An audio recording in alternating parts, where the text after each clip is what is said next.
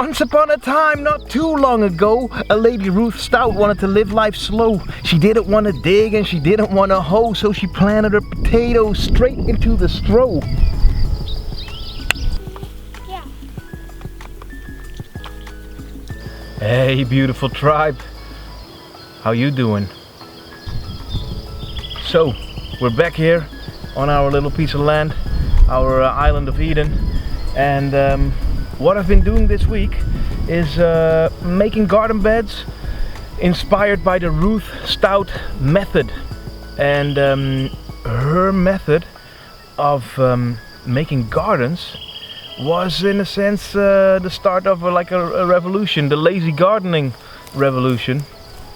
Because what she did was she spread a lot of hay onto her garden, and she would leave it there for the whole season, and the bottom of it would decompose, and that would become the soil for her crops to grow in, or the nutrients that would come from them. With this whole corona apocalypse going on, or I should probably not call it like that, because it's not an apocalypse at all, it's the birth of a new movement, in the sense that most of us are urged, even more than we already were, to grow more of our own food, to decentralize our food systems, and to set up community gardens, community style sharing, seed sharing, seedlings, food, bartering. So in a sense, it's accelerating the kind of world that we would like to see. Anyways, guys, the Ruth Stout method, what she used to do, because she got tired of always being dependent on workers with tractors who would come and plow and till the soil, that at one point she just started sowing potatoes. So anyway, her method was to use the decomposed hay or straw as a base for the nutrients for her crops. Now we have to use what we have around us at this moment, and we want to use this growing season to grow stuff. So we had to skip the part where we put straw all over the garden and wait for it to decompose. So what we did is we first came with the roçadeira, the steel strimmer, bush cutter, whatever you want to call it, and we took down all the stuff that was growing here, and we spread a base layer of compost from our old garden in town here, and this is going to form the nutrient base for the potatoes that we planted. And what we did afterwards is we just covered it with a nice layer of this hay here, and the rain came, which is a blessing for us in Portugal here. We actually would love to see way more of it. So it kind of shrunk down already. We might add a little bit to it. And it's an experiment. We're total noobs with the gardening. We've been gardening for 2 years, maybe a little bit more experience before that, but all by ourselves for 3 years now. So we're just doing what we think sounds smart, or we can experiment with, and that's what we did right here.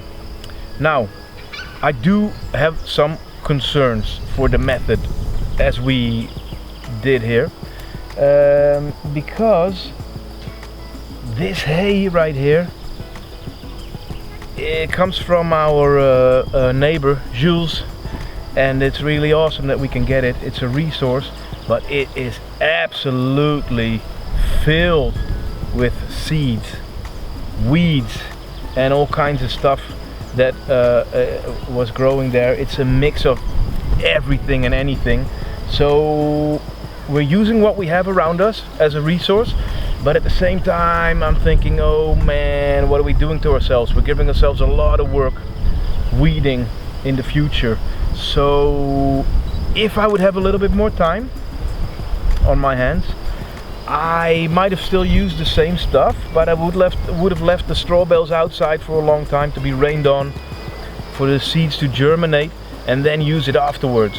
Or make the beds like this without planting the potatoes, and watering it, or have it rained on, wait for the seeds to germinate, And as they're germinating and they're growing, cover the whole thing with plastic, let the seeds die down for a good week or two or whatever it takes, and then plant the potatoes in there. Now, we're impatient, we want to grow food, we need our taters and we need them quick. So we've planted them straight away. But yes, the weeds, I'm concerned about it. We're giving ourselves a lot of work here. So, yep, I can see you think, hey man, all kinds of stuff, all kinds of weeds. But hey man, use what we have and hopefully we're gonna get some potatoes out of it for us. Another concern that I have is because we didn't use cardboard, a thick layer of cardboard under this garden bed. Because I thought the amount of compost we had was not so much. It was not going to be such a thick layer on top of the cardboard. So I thought those roots of the potatoes are not going to dig that. A little bit of compost and then cardboard. So we skipped that. So I'm afraid for the weeds that are going to come out of this hay. And I'm also afraid of the weeds and perhaps brambles that might even penetrate through the garden bed from the topsoil here. So it's a total experiment. We're gonna see what happens, but yeah, hopefully we're gonna get some potatoes out of it. That would be pretty sweet. Now another concern that I have is something I've experienced in the past with mulching with hay and straw, is that it could attract a lot of slugs. And I don't know, perhaps that Ruth Stout in her climate zone or in her area didn't have a lot of slugs. It might have not have been a pest over there, but in the garden that we had in the past years, which is in a 10-minute drive away from here, we got a lot of slugs, and we had to experiment with bear traps to attract them and get rid of them and all those kind of things.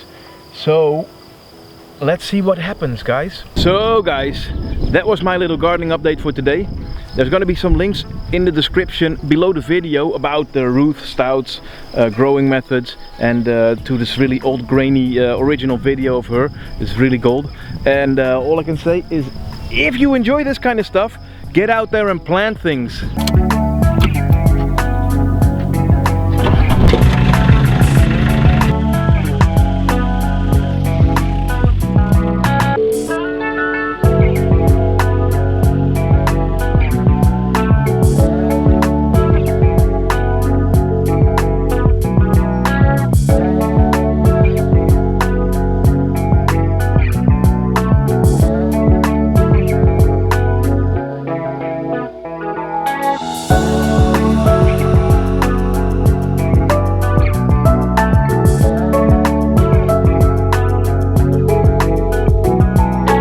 Ruth Stout, if you know what I'm talking about.